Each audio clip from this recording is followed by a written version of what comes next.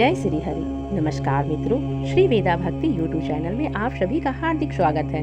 ज्येष्ठ मास महात्म्य कथा अध्याय 14वां, गंगा अवतरण कथा वर्णन। ऋषि कहने लगे कि हे सदासन, जब राजा सगर की सब संपत्ति भस्म हो गई और उनका यज्ञ न हो सका तो राजा सगर ने क्या किया और उनके सैनिकों ने क्या किया, यह सब कृपा करके आप हमसे कहिए। अस्कंद जी कहने लगे कि हे सौनक ऋषियों, बिल के द्वार पर 80 सैनिक लोग विहुल होकर और बिल के उस अग्नि ज्वाला से संतप्त होकर राजा सगर को सब समाचार सुनाने के लिए गए और कहा कि आपके पुत्रों ने जब यज्ञ के घोड़े को कहीं नहीं देखा तो अपने हाथों से पृथ्वी तल को खोद डाला।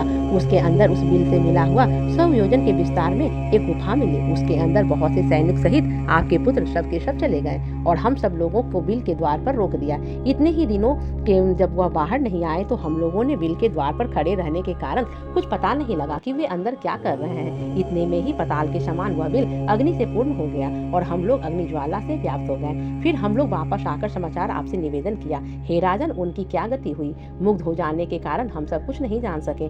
उन सैनिकों के ऐसे वचन सुनकर पर्वत पर ब्रज प्रहार के समान राजा सगर पृथ्वी पर गिर गए और मूर्छा खाकर मृत्युवत से लगने लगे। यह देखकर उनके आत्मजन और सभी ऋत्विज लोग हाहाकार करने लगे। इसके पश्चात राजा सगर को उठाकर उनके मुख कमल पर जल सिंचन करने लगे। राजा को मूर्छा से जागृत देखकर ऋत्विज लोग कहने लगे कि हे नृप शार्दुल, हे समस्त प्राणियों के रक्षक, शोक मत करो, क्योंकि पुरुष वीरशाली होते हैं। आप और हम सब उस बिल के द्वार पर चलेंगे और वे सब उस बिल के अंदर वाले जीव का बल और पराक्रम देखने के लिए यज्ञ के कार्य को समाप्त करके चल पड़े। मार्ग में सैनिकों ने देवताओं से भी दुष्कर कर्म जो सगर पुत्रों ने किए थे राजा को दिखाए। बिल पर्यंत पृथ्वी का समस्त तल भाग खुदा हुआ देखकर ऋषि लोग कहने लगे कि हे उपस्थित वृंद, आप लोग सुनिए। हम सब राजा सगर के भाव को समझकर कहते हैं कि बड़ा भारी जो गड्ढा नजर आ रहा है अब समुद्र हो जाएगा। इस प्रकार विवाद करते हुए वह सबिवर के समीप चले गए और उसके समीप जब सेना को खड़ी करके धर्मात्मा राजा सगर ऋषियों के साथ संयत होकर परम अद्भुत भूगृह के अंदर गए। वह भूगृह इंद्रलोक के समान रत्नों से प्रदीप्त, प्राणियों से संचार से रहित और सुंदर था, परंतु भस्म से परिपूर्ण था।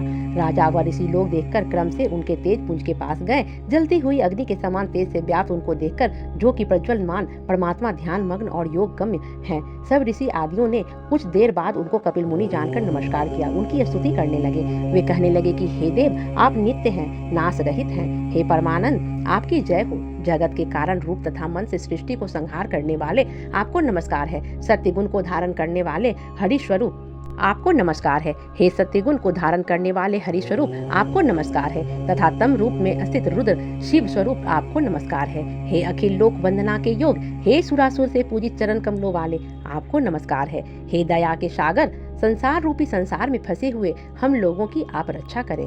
हे ब्राह्मणों के स्वामी, शीघ्र हम लोगों का उद्धार करें। शोक रूपी विशाल किनारों से रहित जल राशि से पतित इस पृथ्वी का उद्धार करें, क्योंकि हे दीन बंधु, आप ही आदि स्वरूप 12 रूपधारी हैं। इस तरह स्तुति करके राजा सगर पुनः शोक मग्न होकर और वर्षा काल में जैसे महान पाषाण गिरते हैं पृथ्वी पर गिर गए।